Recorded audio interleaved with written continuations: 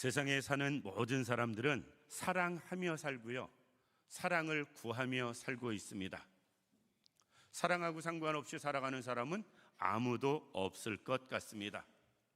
그런데 우리는 사랑을 구하며 살고 사랑을 하며 사는데 중요한 건 늘 사랑이 부족하다.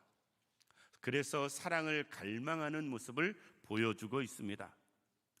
사랑을 세상에서 구하는데 찾지 못하는 많은 사람들, 왜 사랑을 갈망하며 살까? 하나님의 참사랑을 깨닫지 못해서 그렇습니다. 하나님의 참사랑을 우리가 알고 믿고 깨닫는다면 세상에서 굳이 사랑을 구할 필요도 없고요, 하나님 사랑으로도 충분하다라는 것입니다. 성경은 창세기부터 요한계시록까지 여러 표현할 수 있지만 하나님의 사랑이 계속 우리를 향하고 있음을 말씀하시고 있습니다. 그리고 오늘 본문을 통해서 그 하나님의 사랑은 신기하고 놀라운 사랑임을 말씀해 주시고 있습니다. 하나님의 사랑이 얼마나 신기하고 놀라운지 제가 어렸을 때 많이 부른 어린이 찬송 중에 예수님의 사랑 신기하고 놀라워, 예수님의 사랑 신기하고 놀라워, 그러면서 오 크신 사랑, 오 크신 사랑이라는 말은 사랑이 너무 커서 감탄스러워서 정말 신기하고 놀라운 사랑이라 우리가 예수님의 사랑을 그렇게 찬양하는 모습을 볼 수가 있습니다. 그럼 어린이들만 어린이 찬양으로 하나님의 사랑을 찬양하는가? 아닙니다. 어른들도 이제 말씀 끝나면 부를 찬양 304장 찬양을 통해서, 이 찬양은 우리가 잘 아는 말씀인데 3절 보면 하늘을 두루마리 삼고 바다를 먹물 삼아도 그것을 다 기록할 수 없다라고 고백하는 모습을 볼 때 얼마나 하나님의 사랑이 크고 놀라우면 하늘을 두루마리 삼아도 다 기록할 수 없다라고 고백할 수 있을까? 그 사랑은 신기하고 놀라운 사랑이기 때문에 그렇습니다. 특별히 오늘 본문을 통해서 사도 바울은 하나님의 크고 놀라우신 사랑, 정말 신기하고 놀라우신 사랑을 우리에게 가르쳐 주시고 있습니다. 하나님의 사랑이 왜 우리에게 신기하고 놀라운 사랑일까 생각해 보면서 그 사랑을 깨닫는 분들 되기를 원하고요, 그 사랑 안에서 살아갈 수 있는 우리들 되기를 원합니다. 그럼 하나님의 사랑이 왜 신기하고 놀랍다라고까지 표현할 수 있는가? 첫 번째, 하나님의 사랑은 원수를 사랑하는 사랑이기 때문에 그렇습니다. 오늘 본문 보면 사도 바울은 우리의 모습을 여러 가지로 표현해요. 6절 보면 아직 연약할 때에, 6절 뒤에 보면 경건하지 않은 자, 8절 말씀 보면 죄인 되었을 때에, 10절 보면 우리가 원수 되었을 때에, 하나님과의 관계를 이야기하는데 하나님 앞에선 연약한 자, 경건하지 않은 자, 그리고 죄인된 자, 원수된 자로 우리를 설명하고 있습니다. 그런데 그런 우리를 하나님이 사랑하신다라는 것입니다. 우리가 남의 말은 참 쉽게 합니다. 하나님의 말씀이니까 하나님 사랑이 이렇게 크다고 그래도 그런가 보다. 그런데 우리에게 적용해 보시기 바랍니다. 길 가는데 누가 나의 발을 콱 밟았다. 순간적으로 눈이 찢어지면서 내 발 밟은 사람을 쳐다볼 거예요. 누구야? 아파 죽겠네. 잠깐이라도 우리는 나에게 고통을 주면 그 사람 사랑하는 게 순간적으로 다 사라지고 날아갑니다. 누가 나에게 듣기 싫은 소리 한마디만 해보세요. 사실 그 사람 그리고 그 말 들은 다음에 사랑하라고 그러면 사랑하기 쉽지 않습니다. 조금만 나에게 피해를 줘도 내가 그 사람 사랑하는 게 쉽지 않은데, 우리가 연약하고 경건치 못하고 죄인 되었고 원수 되었을 때 하나님은 우리를 사랑하셨다라는 것입니다. 그렇기 때문에 우리로서는 도저히 이해할 수 없는, 우리로서는 도저히 받아들일 수 없는 그 사랑이 신기하고 놀라울 뿐입니다. 미국에서 우리나라처럼 남북전쟁이 일어났을 때, 미국에서 남북전쟁이 일어났을 때 전쟁이 계속되다 보니까 계속 군인을 징집해가지고 전쟁에 투입하던 시기였습니다. 어느 마을에서 몇 명의, 쉽게 이야기해서 군인을 징집하기 위해서 그 마을에 군인을 징집하는데 젊은이들을 모아놓고 제비 뽑아서, 쉽게 이야기해서 동그라미 나온 사람은 안 가고 X자 나온 사람은 군대 가기로. 마을의 젊은이들이 모여서 제비를 뽑습니다. 그런데 어느 한 사람이 군대 가는 걸로 뽑아요. 그런데 친구가 그 제비 뽑아서 군대 가야 할 사람에게 이렇게 이야기합니다. 내가 대신 갈게.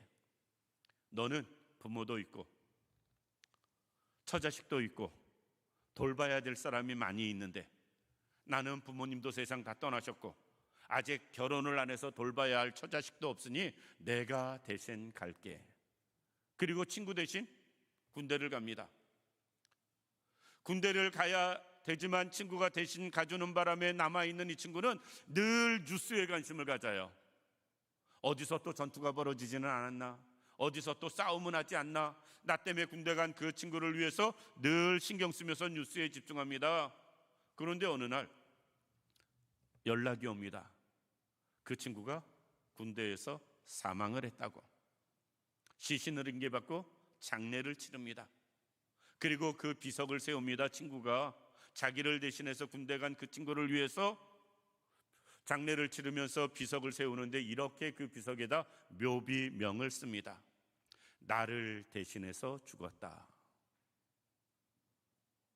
친구가 정말 가까운 친구면 혹, 그것도 자주는 아니고요, 어쩌다 이런 사람이 있을 수 있습니다. 오늘 7절에도 그렇게 말씀하세요. 의인을 위하여 죽는 자가 쉽지 않고 선인을 위하여 용감히 죽는 자가 혹 있거니와. 친구를 위해서 대신 이렇게 군대 가서 죽어줘도 정말 그게 특별한 사랑인데, 연약하고 경건치 못하고 죄인 되었고 하나님과 원수된 우리를 하나님이 사랑하신다는 것, 이것은 정말 신기하고 놀라운 사랑이다라는 것입니다. 이 자리에 있는 우리 모든 성도님들, 예수님의 사랑이, 하나님의 사랑이 이렇게 신기한 사랑임을 기억하시기 바랍니다. 죄인 된 그 사람을 사랑하고 원수된 그 사람을 사랑하셨기 때문에 우리도 사랑하셨어요. 그렇지 않다면 우리가 사랑받을 자격이 없고 하나님 앞에 은혜 받을 자격이 없는데, 죄인 되었어도 원수 되었어도 하나님은 외면하지 않고 우리를 사랑해 주셨다라는 것입니다. 그 사랑을 깨닫는, 그 사랑을 온전히 경험하는 우리들 되기를 원합니다. 두 번째, 하나님의 사랑을 왜 신기하고 놀랍다라고 표현하는가? 하나님께서는 다름 아닌 아들을 대신 우리를 위해 주셨기 때문에 그렇습니다. 10절 말씀 보면 이렇게 말씀합니다. 곧 우리가 원수 되었을 때 그의 아들의 죽으심으로 말미암아. 하나님의 사랑이 신기한 것은 원수된 우리를 사랑하셨는데 사랑으로 끝난 것이 아니고요, 그 사랑의 가치가 그 아들을 주시기까지.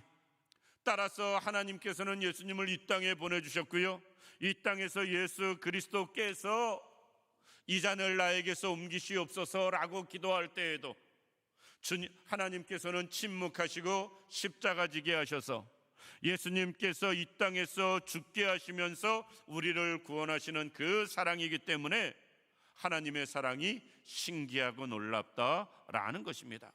우리는 사랑하며 살아요. 사랑하기 때문에 우리가 그래도 추수감사 주일 때마다 특별히 더 이웃을 생각하고 어려운 선교지를 생각하면서 사랑을 모읍니다.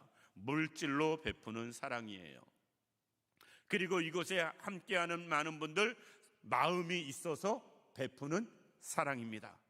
그런데 우리가 마음이 있고 생각이 있고 또 물질을 준다 할지라도 죄송하지만 내 자식은 못 주지요. 내 자녀는 못 주지요. 예전에 정말 너무너무 어렵고 힘들어서 먹고 살기 힘들던 시절에 자식 많은 집이 자식 하나를 부잣집에 양자로 보내기로 결정을 합니다. 입 하나 덜기 위해서. 그래서 자식 쭉 자는 모습을 바라보면서 아, 이놈은 장남이라 안 되고 둘째는 잘생겨서 안 되고 셋째는 머리가 좋아서 안 되고 10명 중에서 보낼 만한 애를 이렇게 고르는데 아무리 생각해도 보낼 만한 애가 없다는 거예요. 무슨 말이냐? 그 애가 정말 잘났고 못났고 이것이 아니고 자식이니까 그 자식을 위해서 부잣집에 보내는 양자도 그것도 안 된다. 그런데 죄인된 우리를 위해서 아들을 보내서 죽게 하신 사랑, 그 사랑이 하나님 사랑인 것입니다. 이 자리에 있는 우리 모든 성도님들, 우리는 물질을 조금 나누어도 그 사랑이 고맙다고 그래요. 내 시간을 조금 할애해 줘도 사람들은 그것을 기억합니다. 그런데 생명을 주는 사랑, 그것도 자식의 생명을 주는 사람, 독생자를 보내주신 사랑, 그 사랑이 하나님의 사랑입니다. 그래서 하나님의 사랑이 신기하고 놀랍다라는 것입니다. 우리로서는 생각할 수도 없는 사랑, 우리로서는 도저히 행할 수 없는 사랑, 그 사랑이 하나님의 사랑인 것입니다. 세 번째, 하나님의 사랑은 원수된 우리를 다시 하나님과 화목하게 만들어주신 사랑이에요. 오늘 10절 말씀 뒷부분에 보면 이렇게 말씀합니다. 하나님과 화목하게 되었은즉. 사실 우리는 하나님과 원수들이거든요. 아담과 하와가 에덴 동산에서 선악과를 따먹음으로 말미암아 하나님과 원수가 되어집니다. 멀어져 버렸어요. 그 이후에 지금까지 로마서가 기록되는 그 시간까지 모든 인간은 하나님과 원수된 가운데 살아갑니다.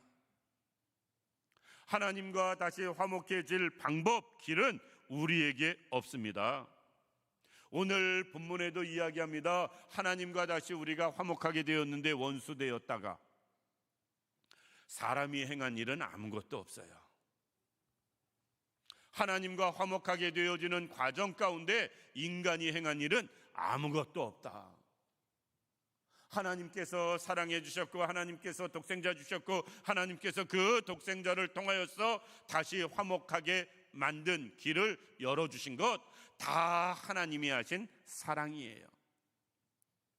우리 같으면 안 보고 살면 끝이거든요. 우리 같으면 외면해버리면 끝입니다. 말씀을 준비하다 그 생각이 들었어요. 아담이 에덴 동산에서 선악과를 따먹지 않았다면 영원히 하나님과 화목했을 것입니다. 그런데 선악과를 따먹고 하나님의 말씀에 불순종하고 그로 인하여서 하나님과 멀어진 모습을 보게 됩니다. 우리는 늘 이것을 자유롭게 편하게 이야기하다 보니 당연하게 받아들였어요. 그런데 아담이 지은 죄는 한 번뿐이었어요.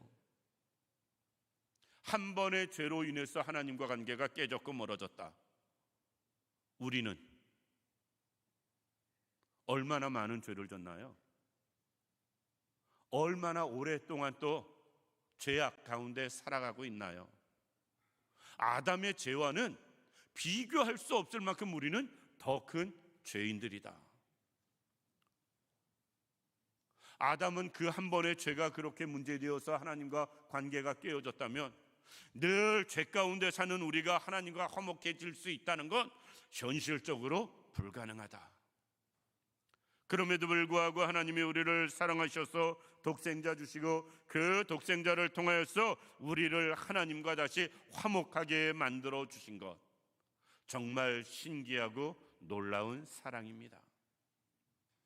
우리가 지금까지 지은 죄를 생각하면 아담이 지은 죄와 비교할 수 없을 만큼 크고 많습니다.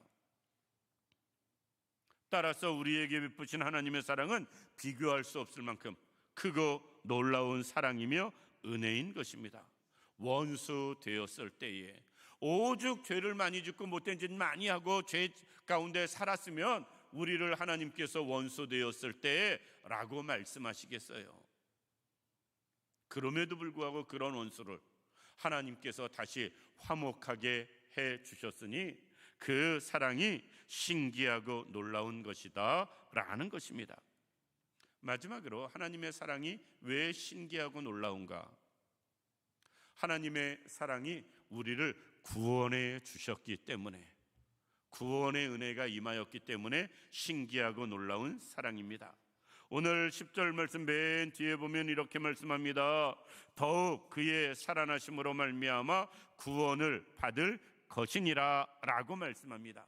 쉽게 이야기해서 하나님의 사랑으로 인해서 궁극적으로 우리는 구원을 받았다, 영원한 생명을 얻게 되어졌다라는 것입니다. 인간은 예로부터 지금까지 구원을 위해서, 영생을 위해서 끊임없이 노력한 존재들입니다. 동서고금을 막론하고 문명이 발전하고 미개하고 상관없이, 미개하면 미개한 대로, 발전하면 발전한 대로 영원한 생명을 얻기 위해서 부단히 노력하는 게 사람들이에요. 그런데 사람의 힘과 능력으로 구원을 이룰 길은 아무것도 없습니다. 한번 맞춰보시기 바랍니다. 태평양 한가운데 수영을 엄청나게 잘하는 사람이 빠졌고 수영을 저처럼 죽어도 못하는 사람이 빠졌습니다. 누가 죽을까요? 누가 죽을까요? 단순하게. 예? 수영 잘하는 사람이 빠지고 수영 못하는 사람이 태평양에 빠졌습니다. 누가 죽을까요? 예? 둘 다 죽어요. 수영 아무리 잘해봤자 태평양이 얼마나 큰데 거기서 무슨 수로 수영해서 살아나오겠어요?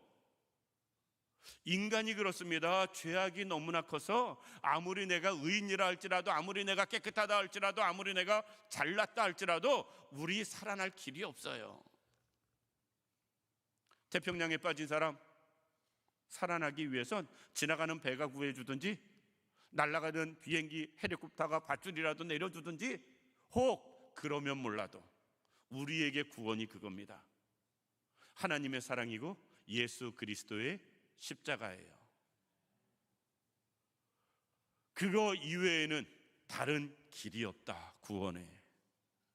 태평양에서 살아날 수 있는 길이 없는 것처럼 죄악 가운데 우리가 영생을 누릴 길이 없습니다. 우리가 구원을 얻을 수 있는 것, 죄악 가운데 새 생명 누리고 살아가는 것, 천국 소망하며 살아가는 것, 오직 하나님의 사랑이고요, 예수님의 은혜뿐인 것입니다. 그렇기 때문에 그 사랑이, 그 은혜가 크고 놀랍고요, 신기하고 놀라운 사랑입니다. 말씀을 마칩니다. 그럼 우리는 어떻게 해야 할 것인가? 하나님의 신기하고 놀라운 사랑을 받은 우리라면 우리가 어떻게 살아야 할 것인가 하는 것입니다.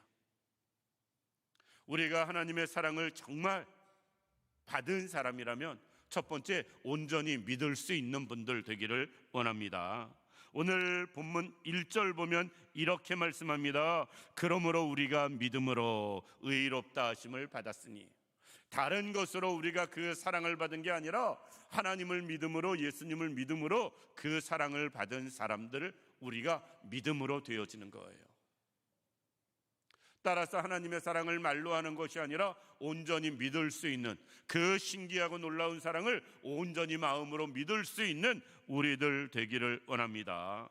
2절에도 그렇게 말씀합니다. 또한 그로 말미암아 우리가 믿음으로 서 있는 이 은혜에 들어감은, 하나님의 사랑의 은혜를 어떻게 들어가느냐? 믿음으로 들어간다라는 것입니다. 믿을 때에 그 하나님의 크고 놀라우신, 신기하고 놀라운 사랑, 그 은혜를 경험하게 되어지는 것입니다. 두 번째, 그 사랑을 정말 우리가 받았다면 어떻게 해야 될 것인가? 두 번째, 즐거워할 줄 알아야 됩니다. 이렇게 신기하고 놀라운 사랑을 받았는데 즐거워하지 않을 사람이 어디 있겠어요? 예를 들어서 아내들에게 남편이 꽃다발을 준비하고 몰래 이벤트 하면서 꽃다발을 주면서 사랑해 하면 부인들이 얼마나 좋아하겠어요? 저도 해보고 싶습니다. 저도 해보고 싶습니다. 쑥스러워서 못하지. 자, 그렇게 작은 꽃 몇 송이만 줘도, 사랑의 말 한마디만 해도 사람들이 좋아해요. 그런데 우리가 하나님의 신기하고 놀라운 사랑을 이야기하면서 우리는 안 좋아해요. 기뻐하지 않고 즐거워하지 않는다라는 것입니다. 정말 그 사랑을 이야기한다면 기쁘고 즐거워야지요. 그 사랑을 안다면 우리는 펄쩍펄쩍 뛸 만큼 누구도 막지 못할 만큼 기쁨과 즐거움이 우리에게 있어야지요.